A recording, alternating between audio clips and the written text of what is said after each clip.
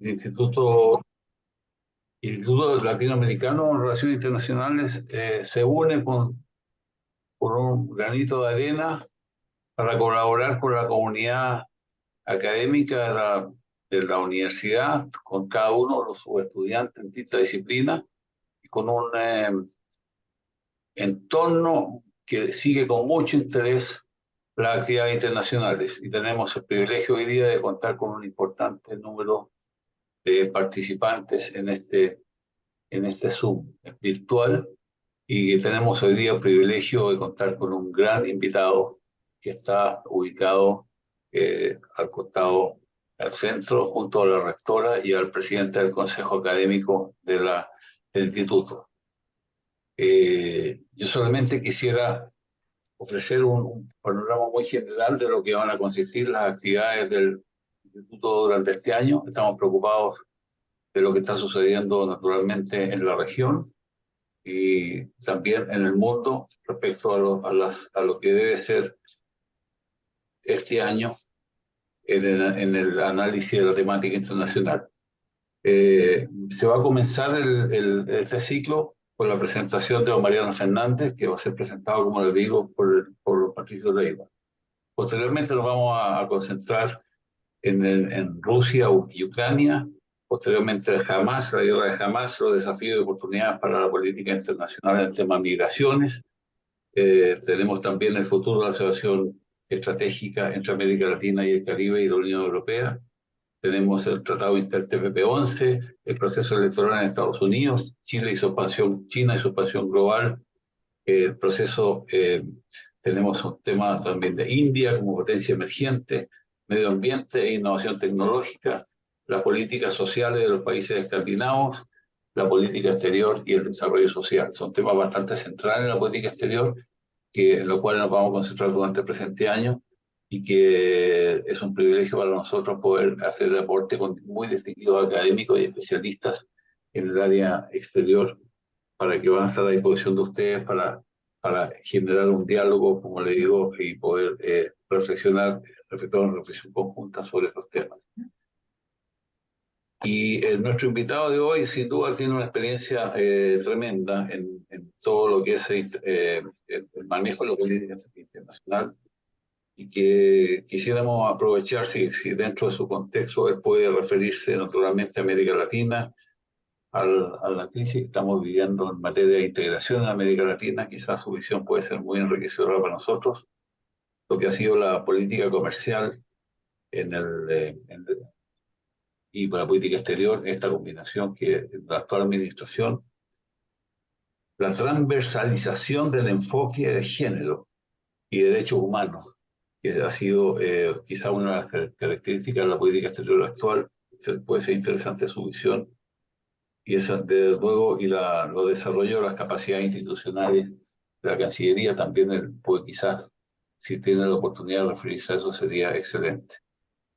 Sin más, guía rectora, quisiera agradecer la presencia de cada uno de ustedes y el privilegio de poder contar, como le digo, con tan distinguida audiencia. Un saludo a todos Muchas y a cada uno. gracias. Vamos sin más a escuchar a nuestro canciller académico, bueno, desde luego diplomático, político, toda una vida, y con tanto tema hoy día. Para nuestra universidad es un privilegio poder escucharlo, con todas estas variables que están incidiendo en el mundo y en el relacionamiento entre los pueblos. Don Mariano Fernández Amunátegui, y desde luego un honor para mí como rectora de la universidad estar acompañada de nuestro expositor de hoy, amigo de siempre, y desde luego don Patricio Leiva, el presidente del Consejo del Instituto de Relaciones Internacionales. Así que, don Mariano, lo escuchamos con mucha atención y con expectación. Bueno, rectora, estimado presidente, José Miguel Cruz, avesado diplomático que ahora dirige este instituto. Es muy interesante haber escuchado a José Miguel, porque la introducción que hace ha tocado los temas que inevitablemente están en la primera página de nuestra actividad internacional, tanto como Chile, como prácticamente como planeta. Yo me han pedido que hable sobre la agenda del 2024 y la verdad es que en estas conferencias se produce mucho la tentación de formular la política exterior. Yo trato de arrancar, de escapar de esta obligación o de esta tendencia, pero voy a mencionar ligeramente qué agenda institucional hay que vamos a tener de todas maneras, y después referirme a temas que me parece que son importantes, que influyen en la política exterior en Chile, y como ha dicho José Miguel Cruz, que son temas de política exterior, también de asuntos sociales, económicos vinculados. Esta semana Chile asumió la presidencia de la Alianza del Pacífico, compuesta por nuestro país, Perú, Colombia y México. Esta integración, que mostró mucho dinamismo y sentido práctico para avanzar en acuerdos, principalmente económicos comerciales, se encuentra, como casi todas las iniciativas de integración, en un momento de inflexión. Por lo cual, el desafío inmediato para la Cancillería será salir de la parálisis y tomar el ritmo de cooperación y dinamismo que la caracterizó algún tiempo, y que ofrece una oportunidad de recomenzar el proceso de integración latinoamericana que está tan dejado de mano. Otra cosa interesante que ha ocurrido es que se consolide el acuerdo marco avanzado Unión Europea-Chile, que se ha celebrado recientemente. Y se ha celebrado recientemente la parte que corresponde a la aprobación por el Consejo de la Unión Europea y por el Parlamento Europeo y la Comisión, que son temas, hablo de la parte novedad porque ya conocemos de qué se trata en general el tratado, donde hay un énfasis medioambiental que no existía, un tema de energía y energías renovables, política de género, como lo mencionó nuestro interlocutor o nuestro introductor, y así como mejoramiento de las relaciones económicas y comerciales. Este capítulo requiere la aprobación en cada uno de los parlamentos nacionales. Por lo tanto, primera reflexión o primera referencia, es importante que el Parlamento chileno pronto apruebe lo que ya aprobó la Unión Europea, de tal manera que los parlamentos nacionales europeos sepan que están discutiendo un tema que ya tiene la aprobación de la contraparte. Yo, a propósito de la Unión Europea, una pequeña digresión de un tema que en Chile solamente se menciona cuando aparecen estadísticas. Y me refiero a la OECD, la Organización Económica de Cooperación y Desarrollo, a la que nosotros pertenecemos desde el 2009, de allá hace 15 años, y somos con México los únicos países que pertenecen a esta organización. La menciono por lo siguiente, porque la política exterior de Chile, de este gobierno, de cualquier gobierno, tiene que buscar la integración de Chile al continente, pero también a aquellos países con los cuales tenemos una compatibilidad de valores significativos. Lo hacemos por eso desde que volvió la democracia con la Unión Europea, pero yo creo que Chile debería intensificar su tarea con la OECD, porque al final la OECD es un club, le llamaban el Club de los Ricos, es un club de países exitosos, pero extremadamente riguroso en las buenas prácticas de la economía, el comercio, las relaciones en general que tengan cualquier tipo de vinculación a actividad económica o social. Entonces, en el mundo que estamos viviendo, con todas las dificultades que hay, yo creo que fortalecer nuestra presencia en la OECD y contribuir a que se fortalezca la OECD, tratando de que algún otro latinoamericano sea capaz de adaptarse a las prácticas, es un bien muy importante que me parece a mí interesante conversar sobre él. También Chile tiene en este año varios puntos interesantes de relaciones bilaterales que ya están conocidos en la visita de la presidenta de Grecia, y en el primer semestre también entiendo que está discutiéndose los últimos detalles de la visita del presidente de Brasil, Lula da Silva, que no tiene todavía agenda, pero que a mí me parece extremadamente importante para la relación bilateral, sobre todo porque hemos tenido algunos matices de diferencia con el gobierno brasileño en algunos temas latinoamericanos, pero también por asuntos más globales, porque Brasil, voy a hacer un símil así, un poco caricaturesco, pero yo creo que de contenido. A Brasil le corresponde en América Latina el papel que le ha correspondido a Alemania en la integración europea. Alemania presta muchos servicios, deja de percibir beneficios y da un apoyo muy importante a los países de menor importancia o de menor capacidad política y económica que tiene la Unión Europea. Eso permite tener asociados ahora 27 países. En América Latina es imposible pensar una integración sin el rol de algún protagonista que contribuya a paliar y a mejorar las condiciones. Por lo tanto, en ese sentido, yo creo que la relación Chile-Brasil tiene un valor regional es muy importante.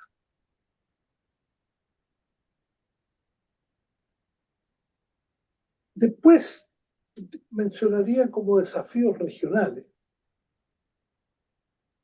Y digo, hoy por hoy nuestra sociedad y la sociedad latinoamericana enfrenta algunos desafíos inéditos que están significando severas convulsiones y crisis para el conjunto de las sociedades.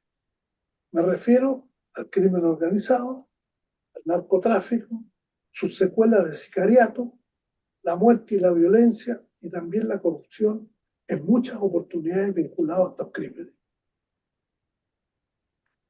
El gobierno, según lo podemos apreciar, está reaccionando a estos asuntos mediante medidas que conocemos y de las que podemos informarnos por la prensa cotidianamente. Pero más allá de eso, en consideración a la gravedad del fenómeno, he sabido que el gobierno chileno prepara una reunión de ministros del Interior y de ministros de Seguridad y Justicia con el objeto de abordar este tema. Y esto me parece que es muy importante. Hay que alegrarse de la iniciativa, pero hay que reconocer que esto debió haberse hecho hace mucho tiempo. También tenemos la Asamblea de la OEA en junio. Y aquí, naturalmente, nos enfrentaremos nuevamente a un severo fenómeno que cada vez más presente en América Latina y también a nivel mundial. El aumento del autoritarismo, con las dictaduras ya conocidas de Venezuela, Nicaragua y Cuba a la cabeza, pero con tentaciones fuertes como la de El Salvador y también crisis como las de Colombia, Honduras, Ecuador e incluso Perú.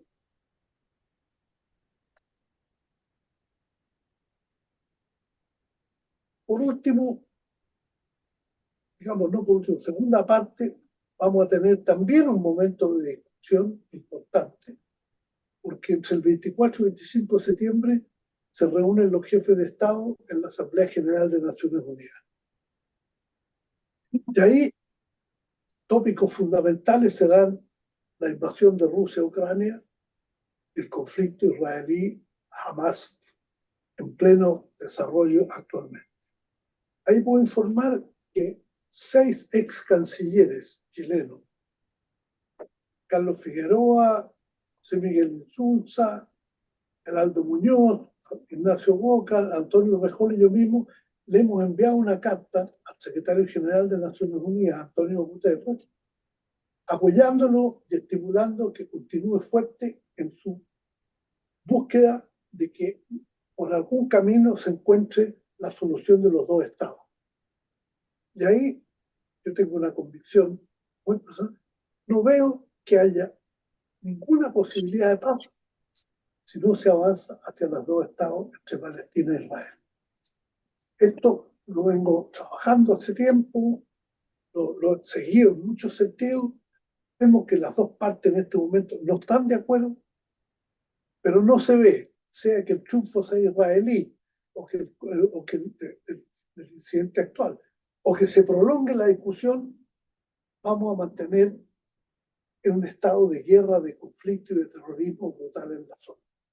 Y la Asamblea General debería escuchar al secretario general y buscar que el Consejo de Seguridad tomara alguna vez medidas que corresponden a la responsabilidad que tiene. Tenemos también la reunión de la APEC en Lima en noviembre. Bueno, la APEC sigue su ritmo. Chile descubrió la Asia-Pacífico a través de la APEC, ingresamos el año 94, y la verdad es que siempre hay temas nuevos, pero no podríamos decir que estamos enfrentando crisis en la APEC. Hay nueva iniciativa, nuevo desarrollo, no conozco los detalles, he escuchado varias cosas. Y lo más interesante son los intereses de países por acercarse o vincularse a la APEC. Y ocurre algo muy parecido con el Tratado de Integración Transpacífico, que tuvo ya una discusión aquí en Chile, que a inicio de este gobierno está interesado en que en no continuar desarrollando este tratado. Finalmente se impuso el buen sentido, se aprobó y algunos están preguntando hoy día qué beneficio ha traído. Entonces, hay que conversar ahora con los técnicos, que son los que están llevando adelante las negociaciones para que los beneficios calculados o acordados políticamente tengan efecto. Pero no hay ninguna duda que hay beneficios tan visibles como el interés británico en ser parte del tratado. Cuando uno tiene potencias como la británica, y entiendo que China también está mandando mensajes con el objeto de integrarse, cuando esos países quieren participar, es porque alguna cosa interesante hay para quienes son miembros. Y no quiero olvidar que uno de los fuentes del prestigio internacional que el país tiene, que todavía tiene, es justamente el hecho de su participación activa en distintas organizaciones internacionales. Formamos parte y presidimos actualmente el Consenso de Brasilia, lo que se llama CECLA, que es la Comunidad Económica Latinoamericana, Comunidad Económica de Cooperación. Estamos en la OEA, en Naciones Unidas, en la OECD, somos país asociado a la Unión Interamericana, a la Unión Europea, somos parte del Tratado Antártico, formamos parte, como ya lo mencioné, en la APEC, del TPP-11, como se conoce, somos asociados al Mercosur, tenemos numerosos tratados de comercio, de libre comercio, bilaterales, somos parte de la Alianza del Pacífico. En mi opinión, todo ello significa beneficios prácticos, políticos y económicos, pero también obligaciones y esfuerzos para que el multilateralismo se mantenga vigente y se desarrolle, evitando así que las relaciones internacionales sean simplemente un juego de poder entre grandes potencias, como está presente cada día y como es la tentación permanente de las grandes potencias. Ahora, lo que no podemos dejar de ver es como el marco que está todo esto. Y que nosotros, hablando del multilateralismo, nos estamos asomando, ya estamos en el primer cuarto del siglo XXI, y lo que yo definiría como siglo XXI en realidad tecnológica. Porque Cuando he mencionado la institucionalidad multilateral, ella es también una barrera a situaciones aún más críticas que observamos hoy. Aunque las cosas en este siglo XXI están empeorando de una manera completamente inesperada. A fines del siglo XX se miraba hacia el XXI con grandes expectativas en lo digital, tecnológico, científico en general, acompañado así de un proceso acelerado de globalización que debería ser la madre del bienestar internacional y la estabilidad definitiva de las sociedades mundiales. Sin embargo, las cosas están ocurriendo de otra manera. El siglo XXI se ha caracterizado por encontrar fuertes tendencias anti-globalización, una parte de muchos países, y al mismo tiempo por continuar con la velocidad del rayo en materias tecnológicas. La era digital ya está en su pleno apogeo y hasta el comercio online, en línea, en buen castellano, están transformando las sociedades. Un pequeño ejemplo. Los momentos comerciales que viven las grandes casas, los momentos negativos que viven las grandes casas comerciales, tienen que ver directamente con el sistema de pedido de objetos y servicios por vía remota a distancia. Me he informado de que en crisis que están a la vista, que la leemos en los diarios, a las que yo no me voy a referir acá, están directamente influenciadas por esta nueva forma de organizar el comercio, que tiene una raíz de avance tecnológico. La profusión de energías renovables, el sol, el viento, el agua, en las cuales Chile es uno de los países de vanguardia. Esto lo anunció en 2016 la revista Spiegel en Alemania, que los 5 países de la vanguardia energética serían Estados Unidos, China, India, Alemania, doy las razones alemanas por su capacidad técnica, y Chile por las condiciones naturales que tiene y el trabajo que ha permitido desarrollar la energía renovable sin fuertes subsidios públicos, que se está demostrando y está a la vista. Además, tenemos algo que no se menciona, pero me acabo de informar, que es mucho interés también para Chile, estoy hablando de una parte positiva del desarrollo tecnológico, son las desaladoras de agua. La provincia de Atacama, me dicen que hoy, la región de Atacama, perdón, la región me dice que hoy está proveyendo el 53% de su consumo de agua potable con agua desalada de mar. Si pensamos en la costa que tenemos y pensamos en el futuro de esto, aquí Chile puede tener una solución adicional a todos los efectos climáticos que estamos sufriendo por el deterioro. Ahora, la máxima heroína del cambio es la inteligencia artificial. De eficacia impresionante, pero de empleo muy ambiguo, que cada día genera nuevas polémicas derivadas de la seria problemática, tanto de las características de su uso, como muchas veces del anonimato de su gestión. En esto la acompañan las redes sociales, recibidas como la maravilla de la comunicación, el gran progreso en la democratización de los intercambios y las que lamentablemente se han transformado en las voceras de la odiosidad, la vulgaridad, las mentiras llamadas fake news, como se usa decir, y los daños consecuentes que se le producen a las personas. En este cuadro, en muchas sociedades, adicionalmente se avanza una desigualdad bastante peligrosa. No se trata solo de diferencia en los ingresos y el dinamismo con que los ricos se hacen más ricos, sino también de muchos asuntos conexos como la educación, la salud, el puesto de trabajo, el acceso a la vivienda. Como diría Javier María, así empieza lo malo. El escritor español que ha escrito un libro sobre esto, no sobre estos temas, pero que explica de manera muy gráfica cómo empieza lo malo. Y esto es un tema porque así empieza lo malo. Y esto genera un resentimiento social que se expresa en muchas ocasiones de manera errada y no corrige lo malo. Con estos elementos ya complicados por sí mismos, tenemos adicionalmente un cuadro mundial que no deja de ser preocupante, muy preocupante. El surgimiento de los populismos por doquier.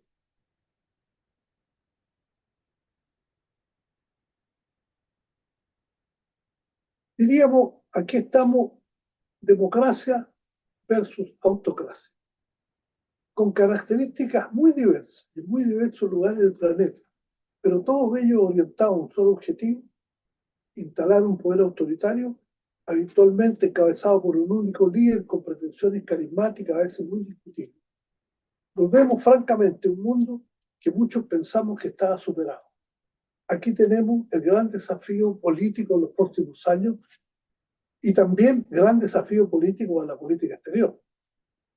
En muchos lugares se habla de la crisis de la democracia, insinuándose regímenes más autoritarios como la alternativa posible y viable para controlar los principales defectos democráticos o los principales defectos que ocurren en sociedades democráticas, como son el crimen organizado, el narcotráfico, la ineficacia de los partidos políticos, la corrupción rampante en distintos ámbitos, en tanto en el sector público, etc.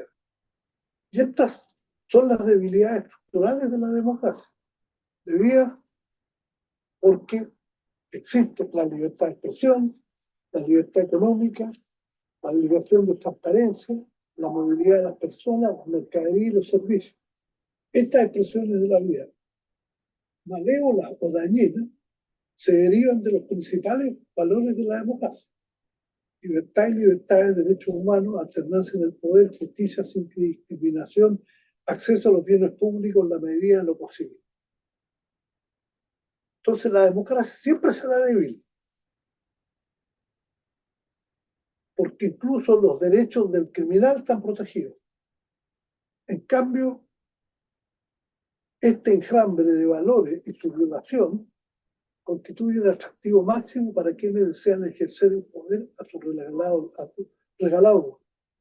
Ven y practican el autoritarismo como un verdadero antídoto ante las debilidades de la democracia. Orden, disciplina, intolerancia, rigor son los valores aparentes que incluso atraen en medida importante a la legión de seres humanos que se sienten discriminados o están muy resentidos con las realidades que les ha tocado vivir. Esta atmósfera que percibimos en algunos lugares del planeta, estos efluvios actuales, con expresiones como Trump, Maduro, Ortega, Putin, Kim Jong-un, Netanyahu y su contraparte Hamas, Bolsonaro y otros, recuerdan los años 30 con los avances electorales de respaldo a los nacionalsocialistas alemanes, con Hitler a la cabeza, y a los fascistas italianos liderados por Mussolini. Las circunstancias son diversas, pero los autócratas apuntan al mismo credo: control, dictadura si es necesaria, métodos represivos creciendo en la medida que hay oposición, etc. El resto de la historia anterior es conocida, pero es importante prestar atención actual para no equivocarnos respecto a nuestro presente y nuestro futuro. Cierto que es como política nacional, por definición, hoy día tiene un componente de política exterior y política internacional fundamental. Fundamental, porque el sostén a los autoritarismos, cualquiera que sea el argumento, van a ser después factores fundamentales para los conflictos internacionales. No nos olvidemos que los autoritarios, por definición, tienen tendencia a la intolerancia y por lo tanto a tratar mal a los vecinos, a no entenderse con otros países y desde luego no entenderse con el país. En la denuncia de los peligros del autoritarismo ya hay muchos participantes. Cito a continuación a un senador republicano libre de toda sospecha, Mitt Romney, incluso candidato a la presidencia de los Estados Unidos, ya fue. Y dice: por años el presidente Trump ha escrito cartas de amor a Kim Jong-un, ha elogiado a Vladimir Putin y ha acogido a Víctor Orbán, todos autoritarios. Nosotros somos los líderes del mundo libre, nosotros no somos los líderes del mundo autoritario. Esto dicho por un republicano, y en la campaña electoral americana, si ustedes asoman a la prensa, van a ver que hay una campaña que se llama Republicanos contra Trump. Todos repitiendo este tipo de argumentos. Y para más gravedad, ya hay un republicano condenado por la justicia americana como golpista de Estado en los incidentes que hubo en el Parlamento, en el Capitolio. Ahora, yo me he referido a esto en general y ahora a la democracia en América Latina y la dispersión regional. La democracia involucra valores, como ya he mencionado, de respeto a su vigencia, asunto que la opinión pública puede seguir paso a paso por las capacidades comunicacionales que hoy día es parte de la vida cotidiana, y la discusión sobre su práctica e importancia la verificamos cada día en la vida política, económica, social y cultural de las distintas sociedades. Los valores de la estructura autocrática, autoritaria o dictatorial también lo hemos mencionado, pero existe una diferencia capital entre la democracia y la dictadura y sus valores.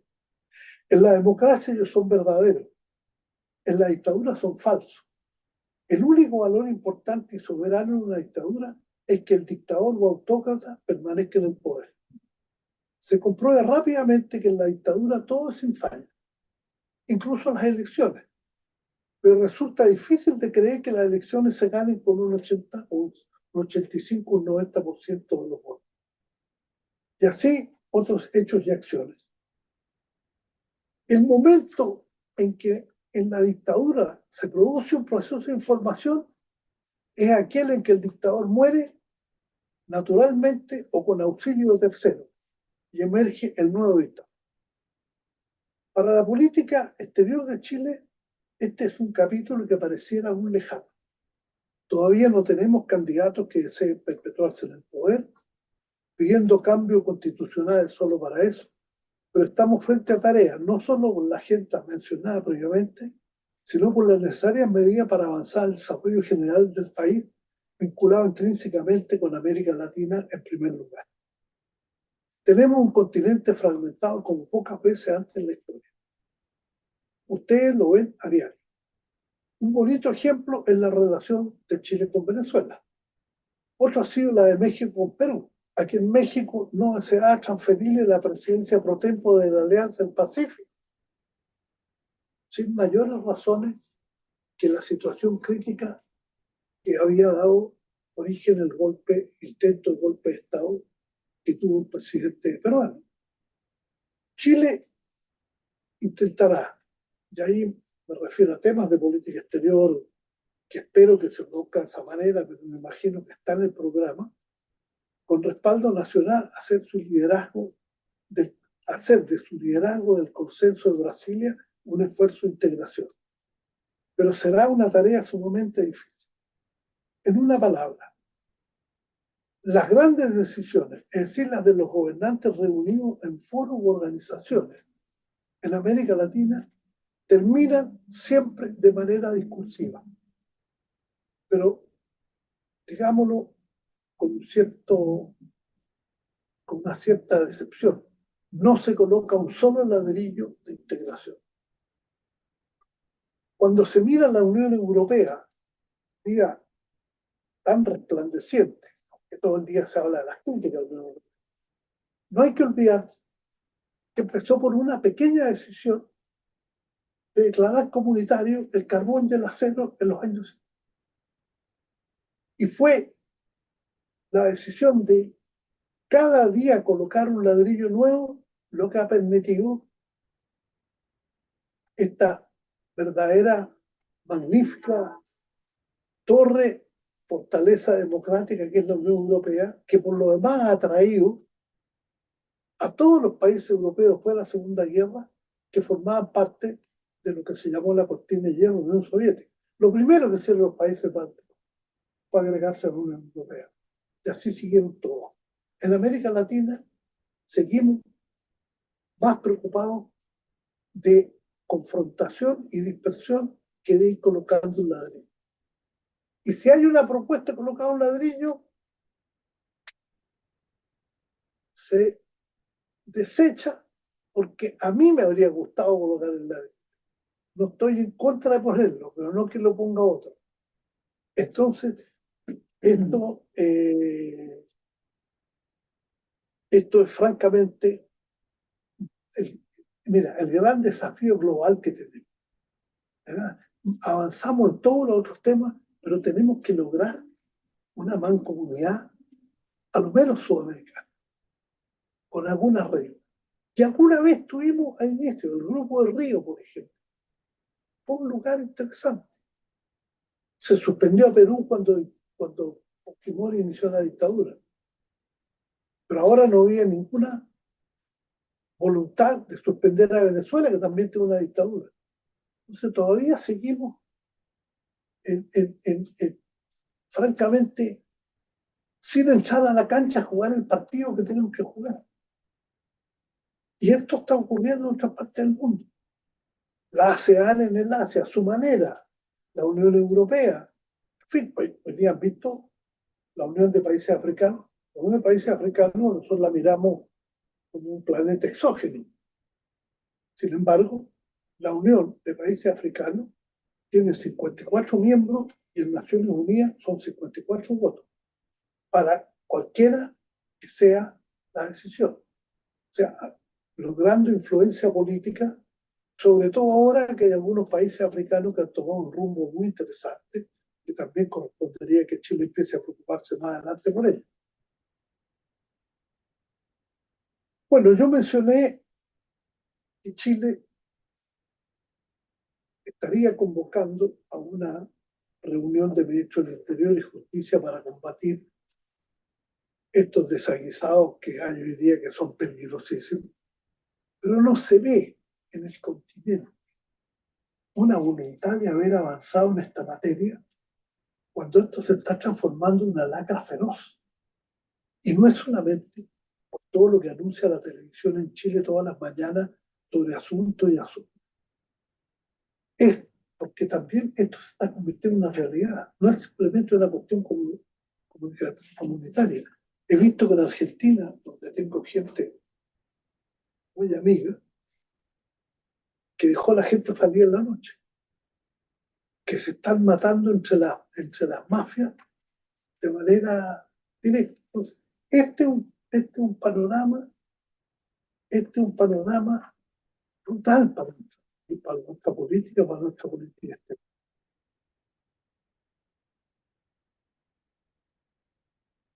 Y aquí, una última palabra sobre la democracia para terminar.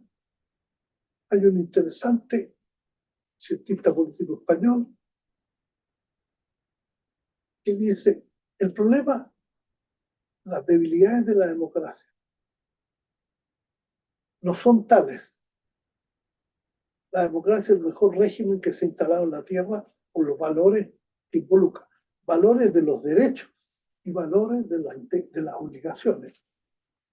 El problema hoy día es que la política está gestionando mal la democracia. Entonces, en esta agenda de política exterior, en estos temas de política exterior, en los que Chile tiene que contribuir a sus avances para el desarrollo y bienestar del país, también su imagen, preservando y promoviendo nuestros valores en un mundo de cambios verdaderamente locales, esta referencia tiene un valor internacional y tiene un valor interno.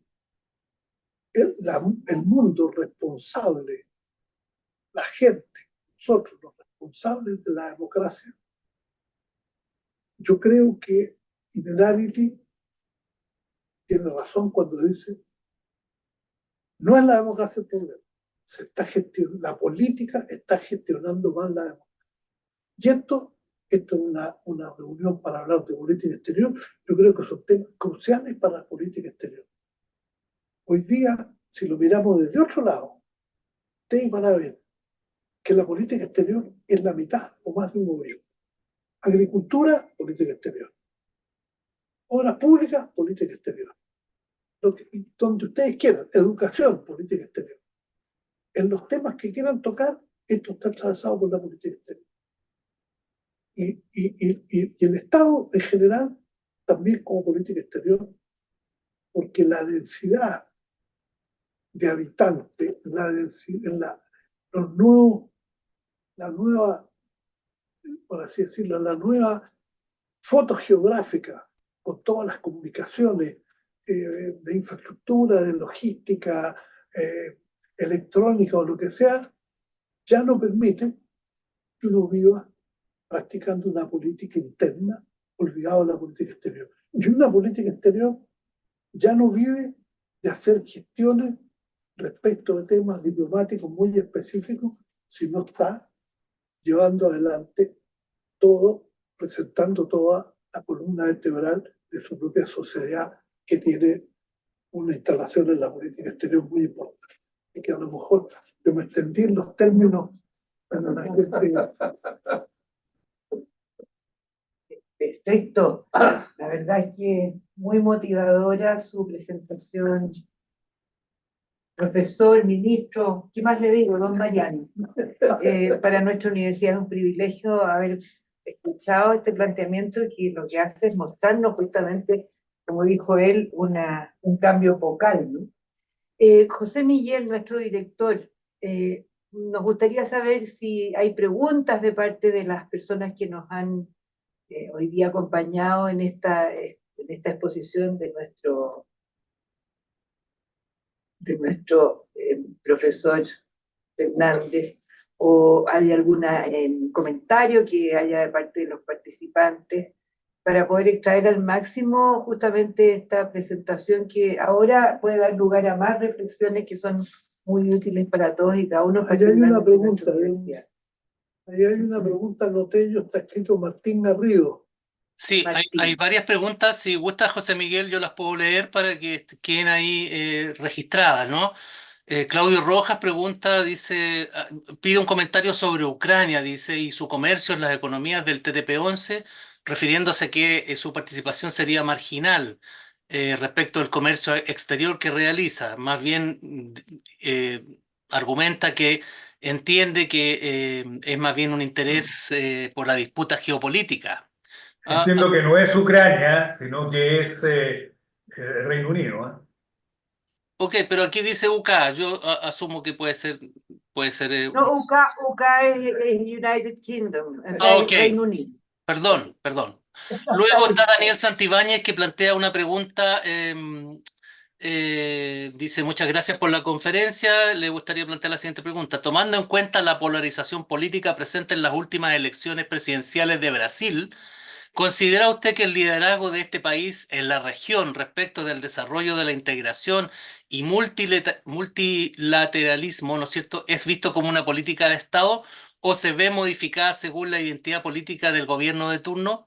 ¿Podemos identificar esta polarización como otra amenaza para la integración y el multilateralismo en la región? Y reitera sus agradecimientos. Claudio Rojas también plantea dice, es relevante saber la opinión de don Mariano, ¿no es cierto?, Fernández, en su mención a la OEA, ¿no es cierto?, en relación a la situación en Haití. Es especial considerando el papel determinante de Chile en la MINUSTAH, ¿no es cierto?, y en un esfuerzo político-militar de seguridad por más de 10 años. Martín Garrido pregunta, en Rusia, dice, Putin fue elegido con un 74% de los votos sin una oposición visible. Será jefe de Estado hasta el año 2030. Las Naciones Unidas no protestaron enérgicamente, que se sepa a través de la prensa. Hace una aseveración, un comentario. Claudio Rojas pregunta o argumenta acá, dice, el impacto del año 2018-19 en Cúcuta es un símil del fenómeno de inseguridad para Estados Unidos y la Florida, en particular Miami, con el éxodo desde Puerto de Mariel es evidente. En el sustrato de esa acción por parte de gobiernos interesados, Cuba y Venezuela, incluso en la coincidencia política de la región de gobierno, definida en esa época por parte de quienes gobernaban en Argentina, Chile, Perú y Paraguay. Y da gracias y argumenta, claro, Gran Bretaña haciendo aseveración a mi error anterior. Eso es lo que hay en el chat. No sé si alguno de los presentes puede hacer otra pregunta. Agradecer solamente realmente todas las preguntas y destacar el planteamiento de nuestro conferencista hoy día sobre la dimensión integral de la política exterior, los desafíos enormes en todas las áreas que hay, en temas que son de primerísima línea hoy día de preocupación ciudadana. Parecía un planteamiento original, muy visionario de lo que debe ser la transformación del mundo hoy día en términos internacionales. Realmente siento muy honrado de que tengamos nosotros este planteamiento que podría perfectamente trascender a la universidad y poder hacer un planteamiento global sobre la importancia, sobre los temas de seguridad ciudadana, del medio ambiente, la ciberseguridad, los temas de inteligencia artificial, son temas sobre los cuales realmente no tenemos respuesta y que la dimensión exterior de esto son muy centrales para que Chile pueda sintonizar con el mundo y encontrar un espacio de cooperación con los vecinos que es sumamente relevante. Esto es una dimensión nueva, que como bien decía el canciller Fernández, antes el abordar puntos específicos hoy día no tiene mucho sentido si no hay claridad sobre la magnitud de este desafío. Pero rectora, si a usted le parece realmente que si pudiera profundizar un poco sobre este concepto también para dejarnos nosotros motivados en cómo trabajar hacia adelante. Muchas gracias. Mira, yo veo, porque estoy muy acostumbrado a trabajar en Zoom, veo que Edgardo Rivero está pidiendo la palabra. No, bueno, en primer lugar agradecer a Mariano por su excelente exposición. Comparto lo que decía José Miguel Cruz, en el sentido de lo interesante del abordaje del tema. Aprovecho de dar una información. Como estamos hablando de temas internacionales, se acaba de aprobar por primera vez una resolución en el Consejo de Seguridad de Naciones Unidas, adoptada por 14 votos a favor y una abstención, que exige un alto al fuego inmediato para el mes de Ramadán, que comenzó hace 15 días, que conduzca una tregua duradera y exige la liberación inmediata e incondicional de todos los rehenes. Muy importante que el Consejo de Seguridad haya adoptado esta resolución. Estados Unidos se abstuvo. Y como sabemos, la abstención no implica uso del derecho a veto. Por lo tanto, la resolución pudo ser adoptada, lo que es una noticia importante, y esto se produjo, pareciera ser, mientras estábamos en el desarrollo de esta conferencia. Una pregunta que yo quisiera formular a Mariano para ver cuál es su enfoque. Yo tengo una preocupación, yo creo que, y sobre todo por la forma en que uno abordó él, la necesidad del multilateralismo como un espacio en que los estados puedan eficazmente enfrentar situaciones que no se pueden ser eficientes para poder abordarla de manera autárquica e individual. Sin embargo, creo yo, y de ese debate no se escapa nuestro país, hay una suerte de neosoberanismo que está surgiendo en los estados. Y ese neosoberanismo indudablemente que colisiona con las posibilidades de compromisos internacionales adecuados y que tengan realmente efecto. Y yo digo que Chile no escapa de eso porque lo hemos visto acá. En el debate sobre el TPP-11, uno de los temas más esgrimidos era de qué manera se afectaban los elementos soberanos de nuestro país. Y enfocado particularmente en lo que son el sistema de solución pacífica de controversia, que son precisamente uno de los aportes que todo el proceso de acuerdo ha ido logrando, y no dejar las cosas a la jurisdicción interna de los estados o a que los estados más poderosos puedan hacer uso del sistema de protección diplomática, etc.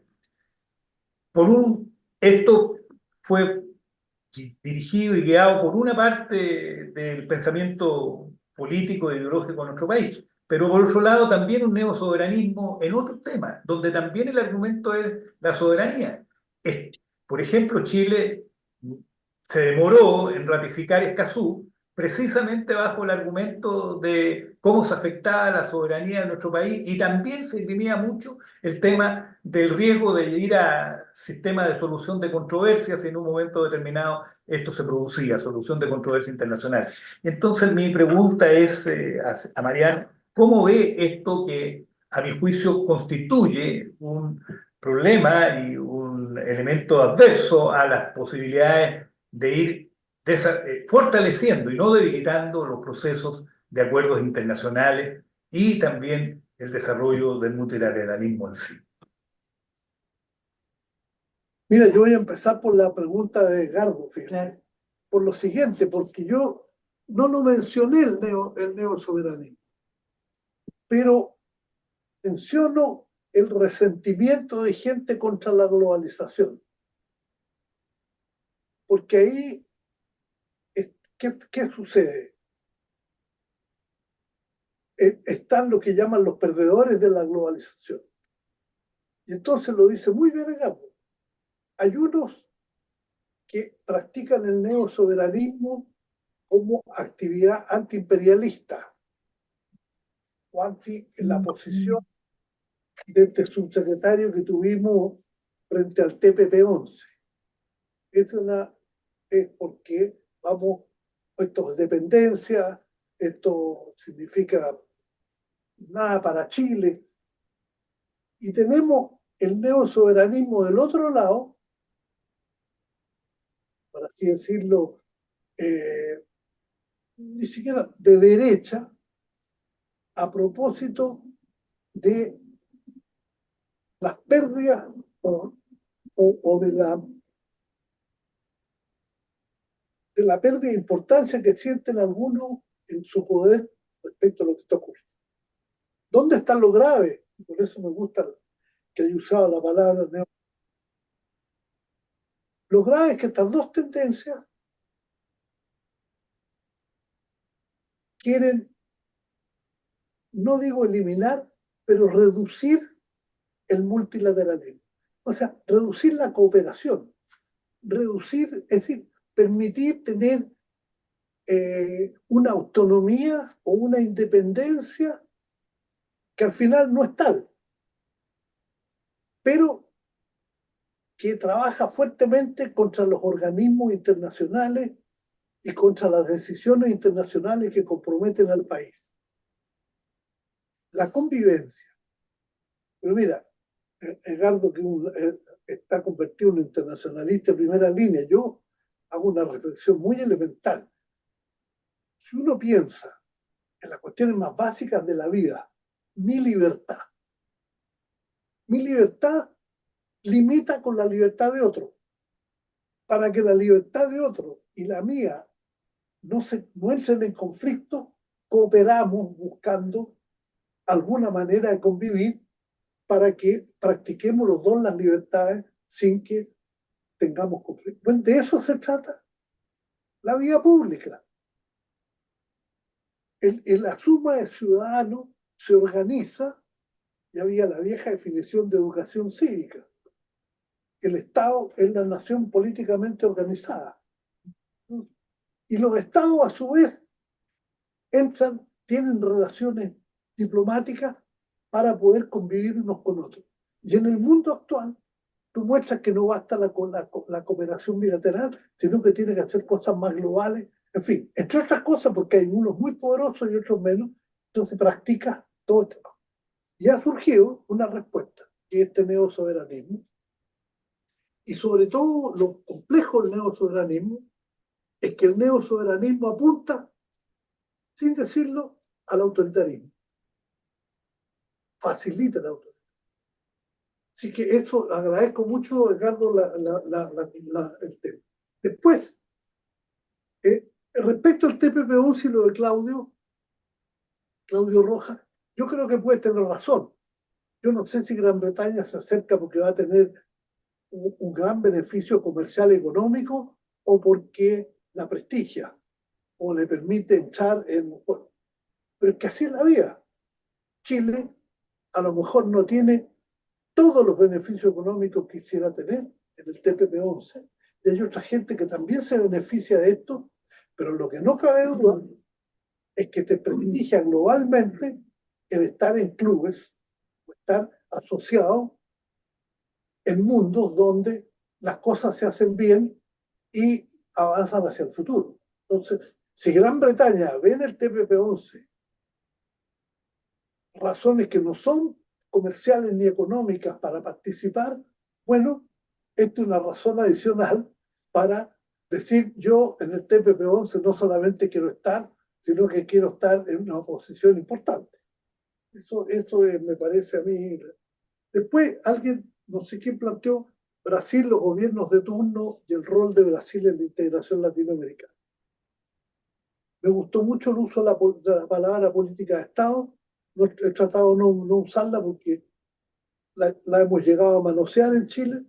Entonces, efectivamente, uno de los factores fundamentales para el país más poderoso de América Latina, es que no puede permitirse políticas internas que contradigan su rol de organizador de la América Latina.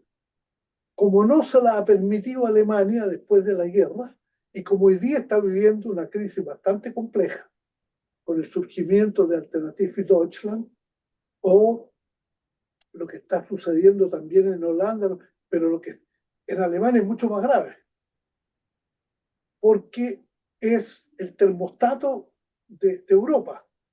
Entonces, Brasil tiene que ser el termostato de América Latina, y por lo tanto no puede darse lujo de tener extremistas a cargo del poder, porque eso le hace un daño al país, pero le hace un daño muy grave a la región.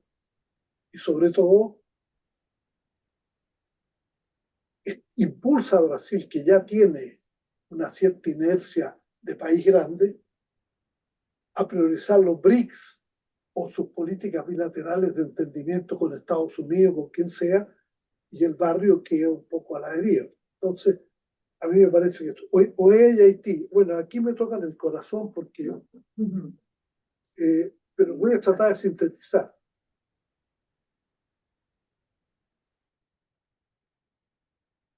Haití, primer país independiente de América, la revolución de los esclavos no solamente instaló la primera república negra de América Latina, sino que los esclavos se permitieron derrotar al ejército de Napoleón. En 1804, Napoleón envió 20.000 soldados al bando del general Leclerc y las tropas haitianas los demolieron. Y salieron y no volvieron nunca más. Y después de eso, independiente Haití con Toussaint Louverture y otros, ayudó a la independencia latinoamericana. En Jacmel, en el sur de Haití, tenían casas Miranda y Bolívar. La carta de Jamaica de Bolívar la escribió en Haití.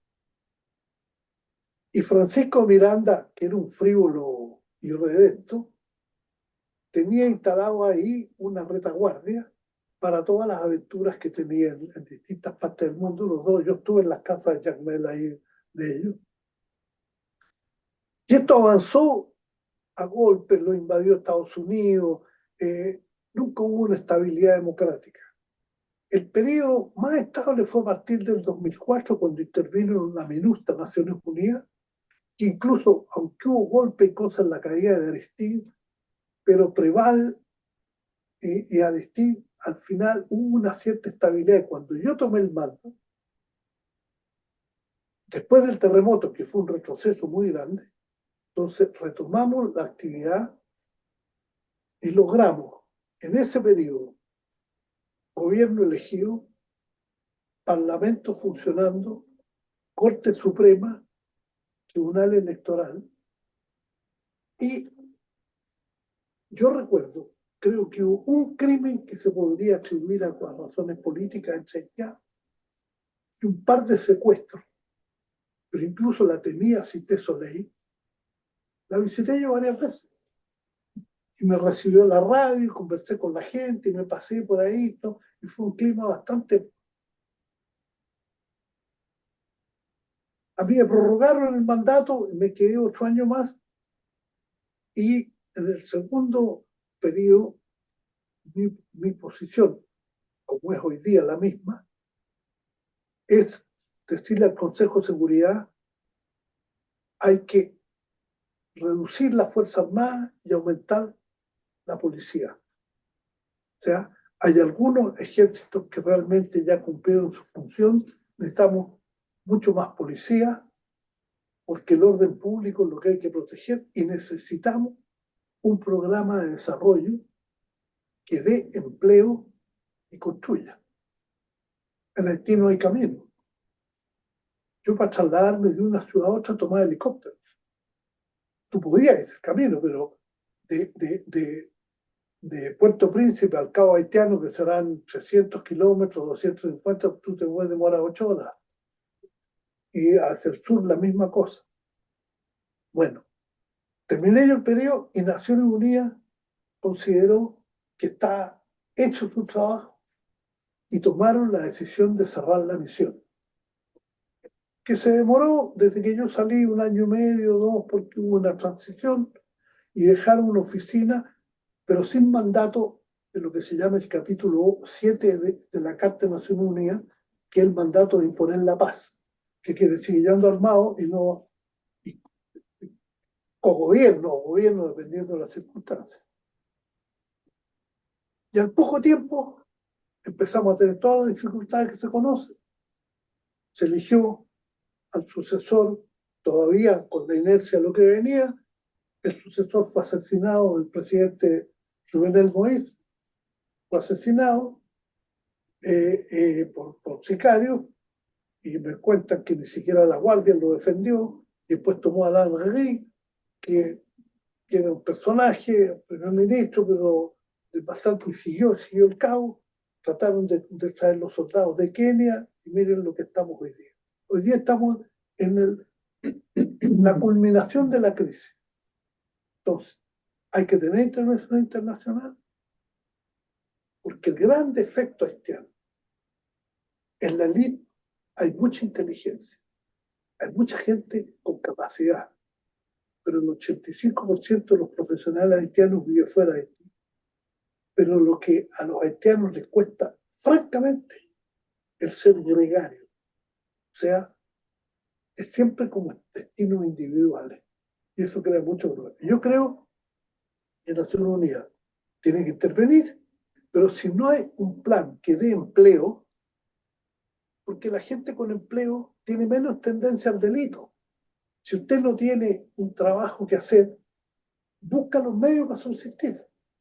Y los medios para subsistir se convierten en delitos, y si a eso además podemos agregarle que da dinero, el tráfico de ¿cómo se llama?, de estupefacientes, de narcóticos, en buena hora. Entonces, como se reciben remesas del exterior, creo que al año está Haití en 3.500 millones de dólares de remesas, que es una parte importante del producto.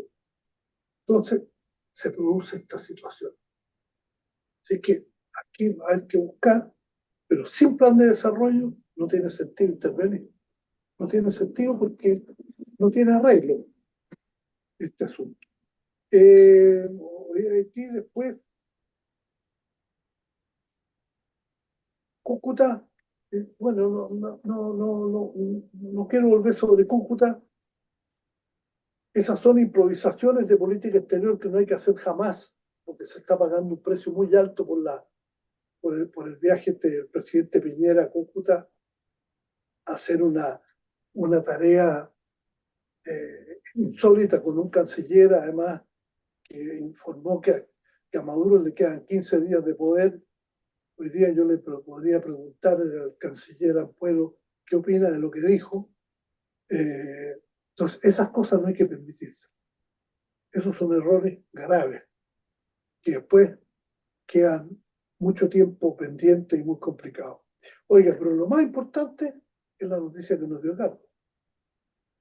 Por primera vez, el Consejo de Seguridad está tomando una resolución sobre el tema Israel-Hamás, y ya no la tomaba, creo que desde el 67. No ha logrado ponerse de acuerdo.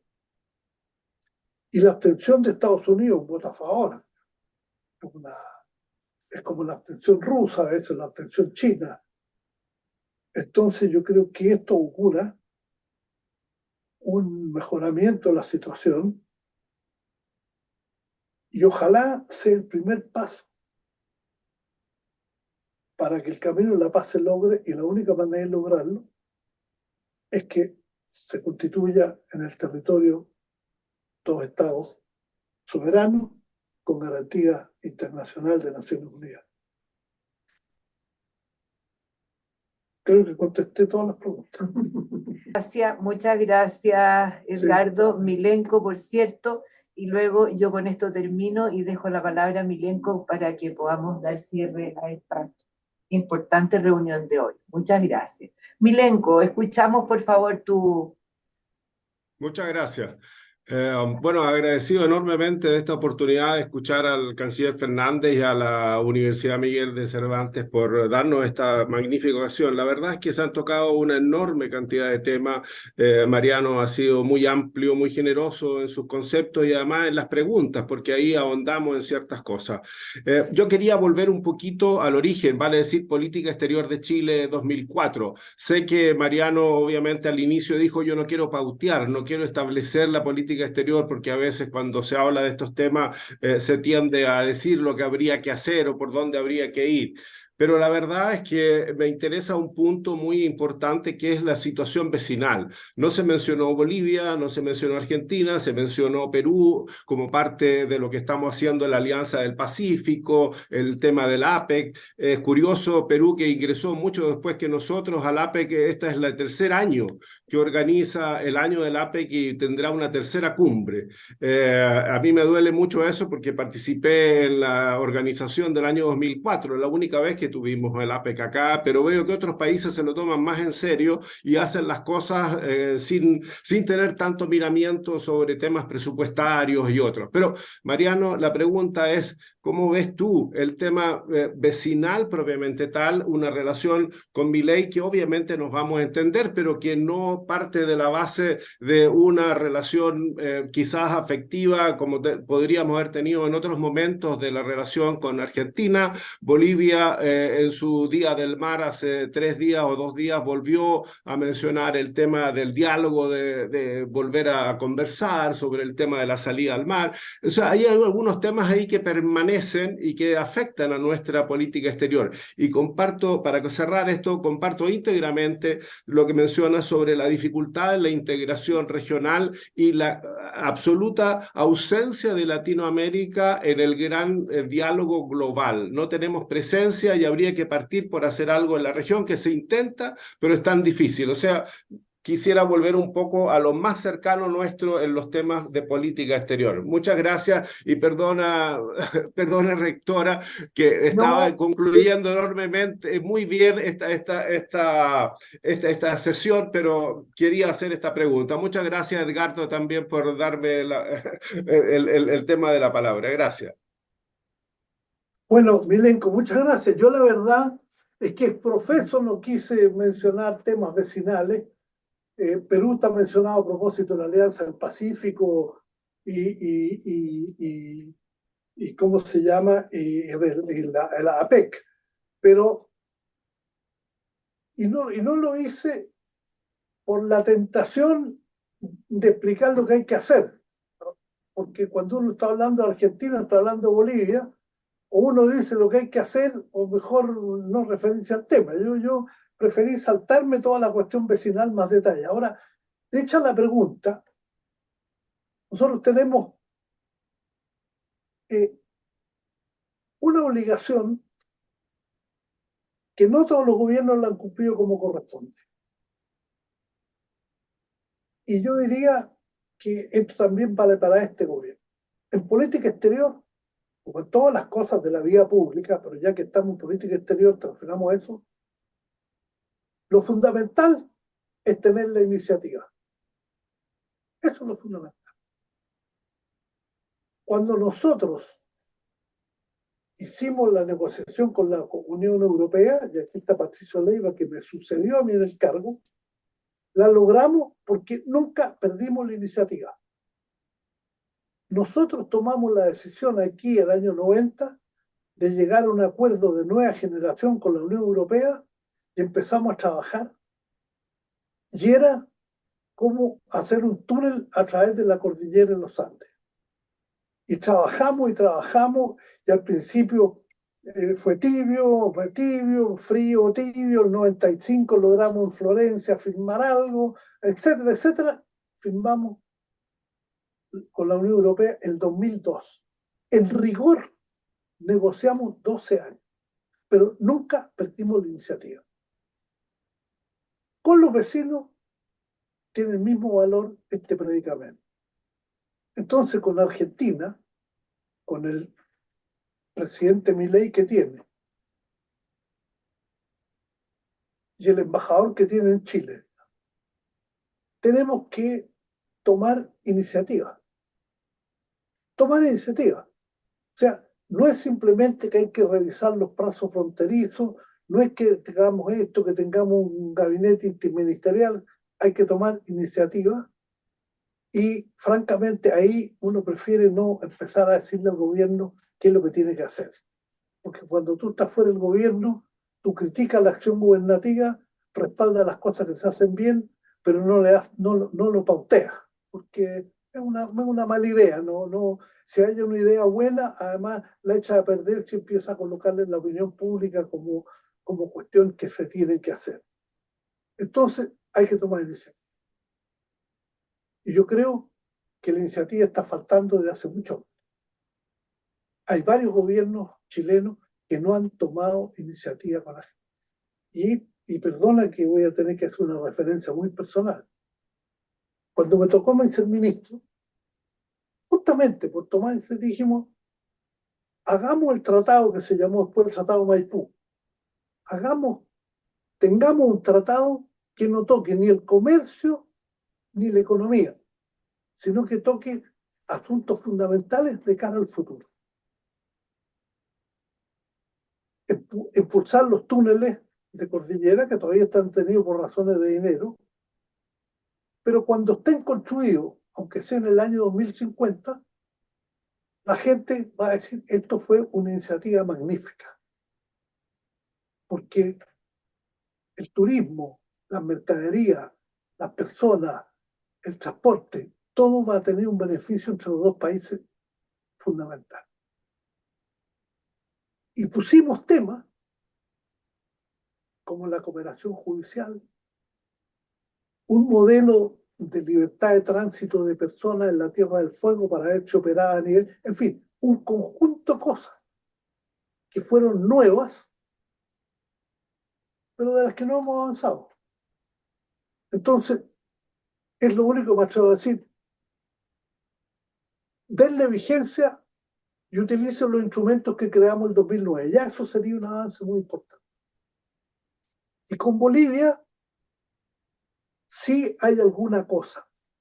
Por ejemplo, se ha hecho una cosa bien con empresarios, apoyada por gente que ha tenido relaciones con Bolivia durante mucho tiempo, caso que me ocurre a mí también y otros, Consejo Empresarial.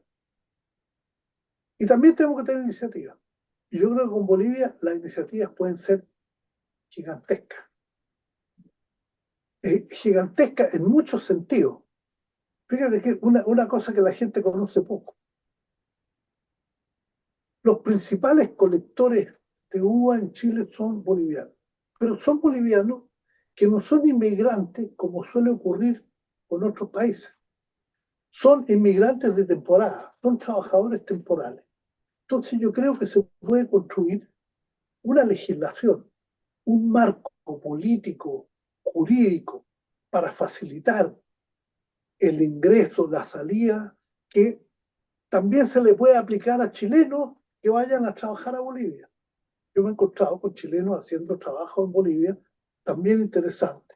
Por ejemplo, tenemos, no sé, no soy día, varios enólogos en Tarija trabajando en los viñedos bolivianos. Teníamos gente en representación de empresas vinculadas a la industria de automóviles que se han instalados también en Bolivia. O sea, generar ahí una especie de corredor técnico universitario sería lo otro, tratar de convencer a Bolivia de que haga un corredor bioceánico Brasil, Bolivia, Chile, porque Bolivia peligrosamente corre el riesgo de quedar marginada, porque entiendo que se está trabajando un corredor Brasil, Paraguay, Argentina, Chile.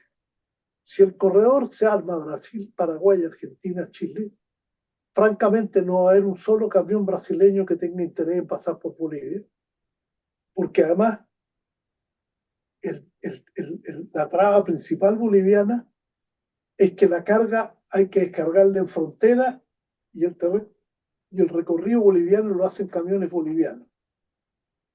Entonces los camioneros bolivianos se oponen a cualquier cosa, pero van a hacer que a su país le disminuya fuertemente el interés, porque si se arma el otro corredor, y se arma como hay que armar un corredor, esto puede ser muy importante. Y lo que no tenemos que hacer con Bolivia es proponer relaciones diplomáticas.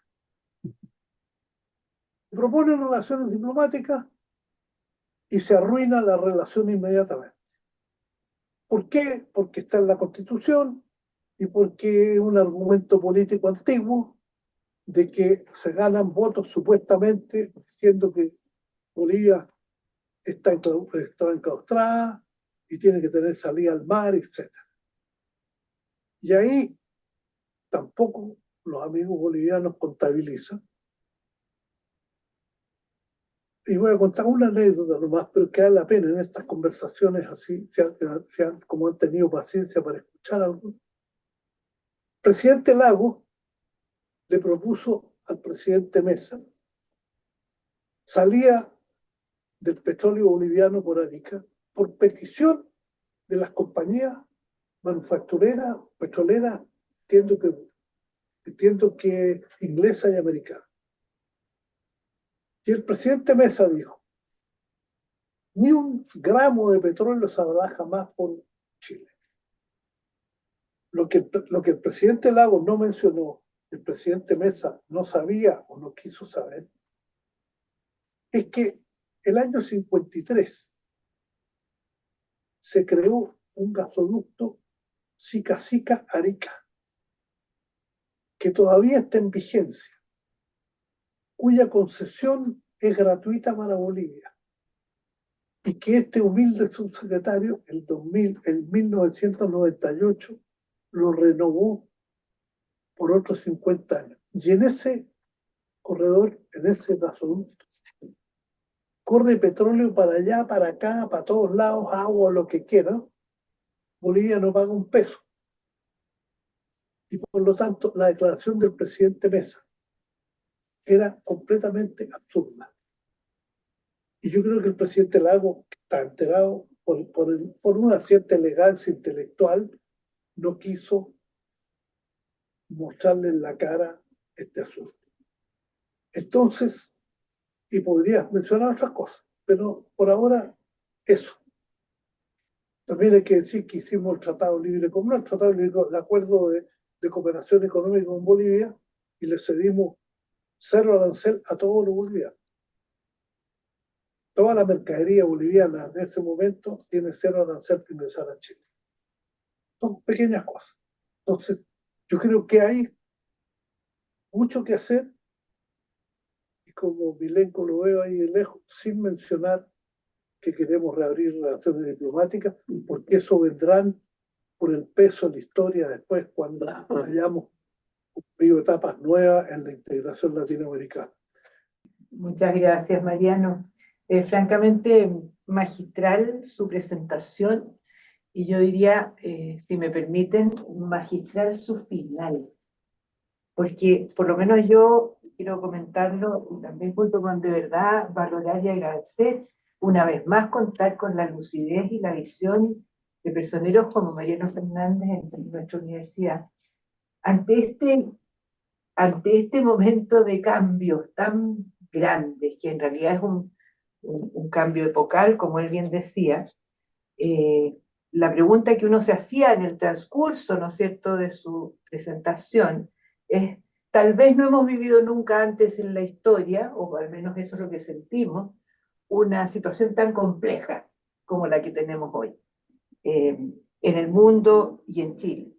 Entonces uno dice, bueno, ¿cuáles son los caminos de salida? Y de manera muy simple tal vez, pero quiero expresarlo con la profundidad que esto tiene, y sobre todo cuando estamos haciendo educación superior para nuestra universidad y para esta rectora, desde luego que es excelencia en el saber, es rigurosidad, es el desafío permanente de gestionar conocimiento y crear nuevo conocimiento. Pero a la par de esto está la otra parte, que es el ser, ¿no? Y que eso nos distingue mucho como universidad humanista y cristiana, cuando observamos lo que ocurre en el mundo, que hay mucho que tiene que ver con lo técnico, que tiene que ver naturalmente con el desarrollo del conocimiento y con las nuevas formas de hacer relaciones internacionales. Y ahí nuevamente llegamos al tema del ser. Entonces, mucho de lo que ocurre hoy día, nuestro expositor nos ha demostrado que dice directa relación con la capacidad o incapacidad que tenemos los seres humanos para entendernos, para comunicarnos y sobre todo para hacer pactos de interrelación y de construcción compartida. Entonces, bueno, uno dice, tremendo dilema que tenemos ahora y también un dilema como universidad para seguir conversando de estos temas y escuchando la sapiencia de quienes nos acompañan. Cuando Mariano dice al final, tal vez la mejor noticia es la de hoy, este acuerdo inédito desde los años 60 y tantos, que permiten enfrentar un conflicto y al final lo que aparece ahí nuevamente es el diálogo, es la interrelación, es la búsqueda de retomar, revalorizar todo aquello que está a la base, que son los valores permanentes y superiores, para no solo reconstruir la paz, sino que construir un mundo en paz hacia el futuro. Y por eso quisiera, Mariano, agradecer nuevamente de manera infinita el haber podido contar con este espacio, agradecer nuevamente a todos ustedes la presencia. Yo creo que aquí hay mucho tema que hay que ir decantando, así que yo quiero dejar con ustedes a nuestro director del ILRI para que termine, José Miguel, pero te darás cuenta que tenemos que conversar después para ver cómo continuamos de todo esto que se abrió hoy día, ¿no es cierto? No, Y la confianza de todos ustedes en nuestra universidad que convoca a este tipo de diálogos y conversaciones. José Miguel. no solo decir, rectora, que fue una gran iniciativa, gran idea también del presidente del Consejo Académico participativo ahí presente, una gran iniciativa de tener un invitado tan connotado en política exterior, no olvidar la materia que nos ha ofrecido una visión apasionante de todas las perspectivas que se abren, los desafíos que tenemos y realmente muy honrado con esta sesión. Muchas gracias.